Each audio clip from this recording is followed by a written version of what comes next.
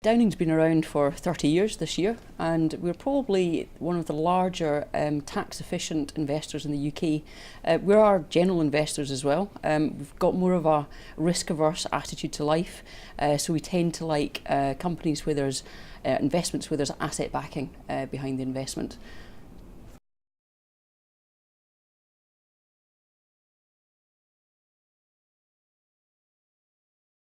AIM, in its own way, which is the junior market of the London Stock Exchange, is seen as being where the cowboys tend to trade.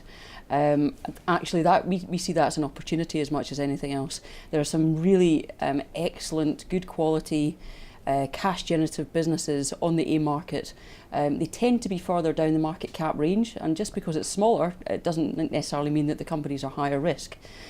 So we spend a little bit more time getting to know the businesses and actually understanding the management teams and trying to figure out a strategy, really a 3 to 5 year strategy for the business over the longer term. So we act more like private equity investors than typical small cap fund managers.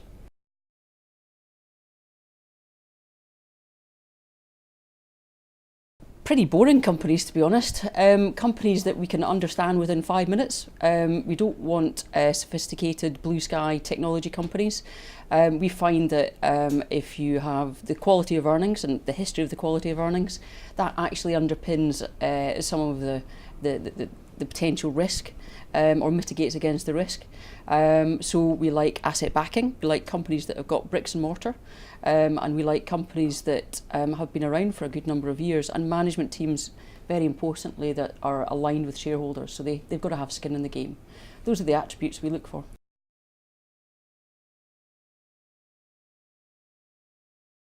We're investors, we're long-term investors, so some of our core portfolio, we only invest in 25 to 30 companies. So some of our core portfolio has been with us for quite a number of years. One of the companies that comes to mind is Traxys, which is when originally was a software provider for the rail industry, so selling software into the rail franchisees for timetabling. Quite a boring solution, really. However, we helped it grow. We helped it make one acquisition and then subsequently another 2 or 3 acquisitions. And actually its earnings have grown 10 times since we invested in it at first, and its share price has rewarded us by growing 10 times as well. So it's very difficult to get those kind of returns further up the market cap scale, but with small companies you can get some really cracking little companies that you can help grow.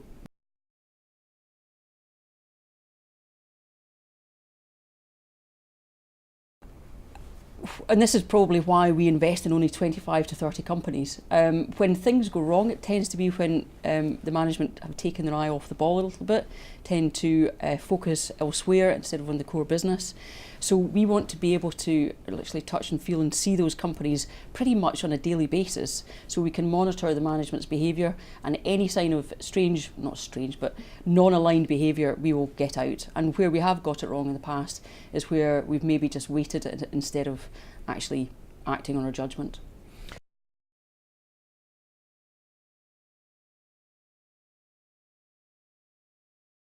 I can tell you about all the negative attributes about the AIM index. It's been down 60 odd % and then up 40% in the year after, so there's a lot of volatility when it comes to investing in AIM. If you just wouldn't want to touch the index itself if you were to be an investor.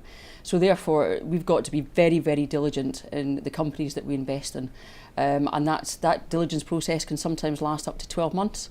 We are, as I said before, really trying to understand the assets that we're investing in. We do not like losing money. And the quality of earnings, the return on capital, the free cash flow that we look for really underpins the downside of some of these companies. And we like to invest at a price that's at a discount to where you'd see further up the market cap scale.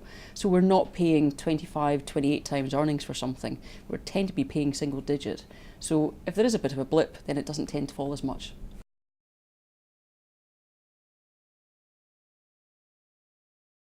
It's something that scares me a little bit.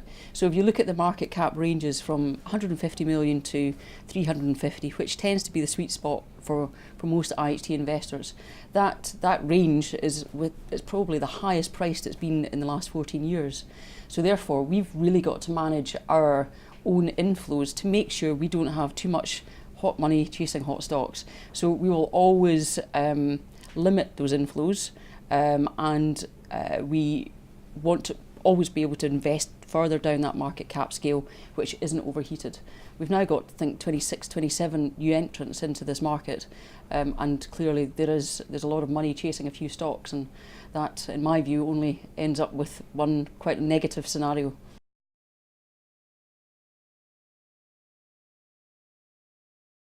A typical is about, I think, bang on the nail, about 68 million at the moment. But we will go down as far as 25, 26. But we've got to manage the liquidity quite precisely if we do go down to that level. We've got to know where our stock's coming from, and also, more importantly, who we'll be able to sell our stock to as well.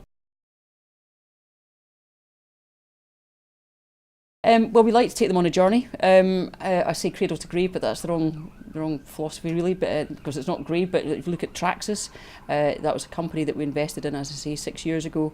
Now it's a market cap of about 200 million.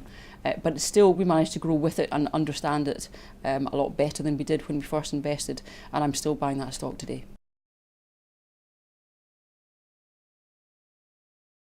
I've been investing in this area of the market pretty much all my career, over 20 years, and I've learnt from the mistakes, but more importantly, I've learnt how to drive a process and keep the repeatability.